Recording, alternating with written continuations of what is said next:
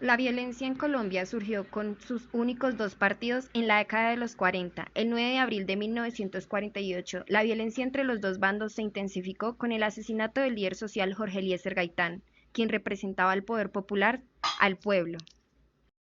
Gaitán jugaba un papel muy importante en lo que eran sus momentos y hubiera sido el desarrollo colombiano, pues buscaba un proceso de razón lógica y social que permitiera la transformación, y es que él mismo, cuando entró al Partido Liberal, se dio cuenta de que todos eran unos oligarcas que le obedecían a terceros con poder político y económico.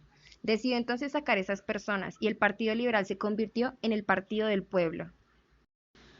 Para la década de los 80, personajes como Pastrana, Trujillo, Uribe, los paramilitares y las AUC, principales ejecutores de los falsos positivos, tenían aterrado al pueblo rural y al campesino de Colombia. El conflicto armado empezaba a dar forma y el Estado no era más que un ente de persecución, desaparición, represión y asesinatos.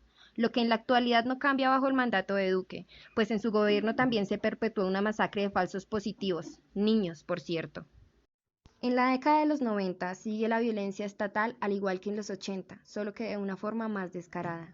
El papel del Estado colombiano frente a la violencia se encontraba totalmente identificado y vinculado con crímenes de lesa humanidad y crímenes de Estado.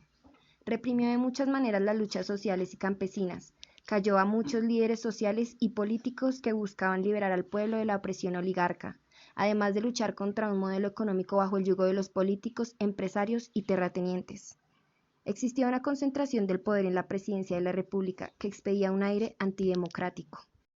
Ante esto, el papel de los ciudadanos siempre le apostó a la democracia en las calles y la acción popular, exigiendo vivienda, salud, alimento y cese a la violencia. También exigieron acuerdos para llegar a un proceso de economía alternativa. Los líderes sociales defendían causas sociales y campesinas conectadas a la defensa de los derechos humanos.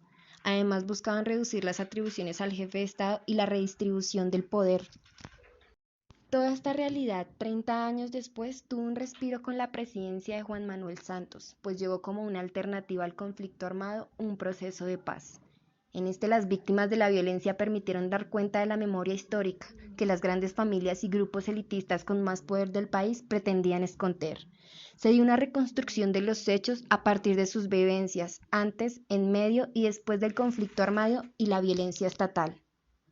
Así, fueron el factor principal para adelantar y defender un proceso de paz que les permite reivindicar sus derechos humanos y les garantiza justicia penal para aquellos militares, exguerrilleros y políticos que perpetuaron todo tipo de crímenes.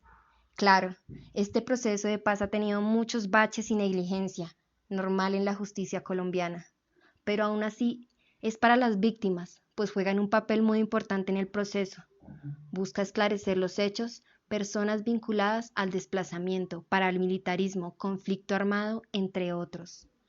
Todo esto permitió reflejar la violencia estructural que ha vivido el país de Colombia, no solo en la década de los 90, sino desde la época de Gaitán, con los partidos conservador y liberal, pues al final, la última palabra no la tiene el pueblo.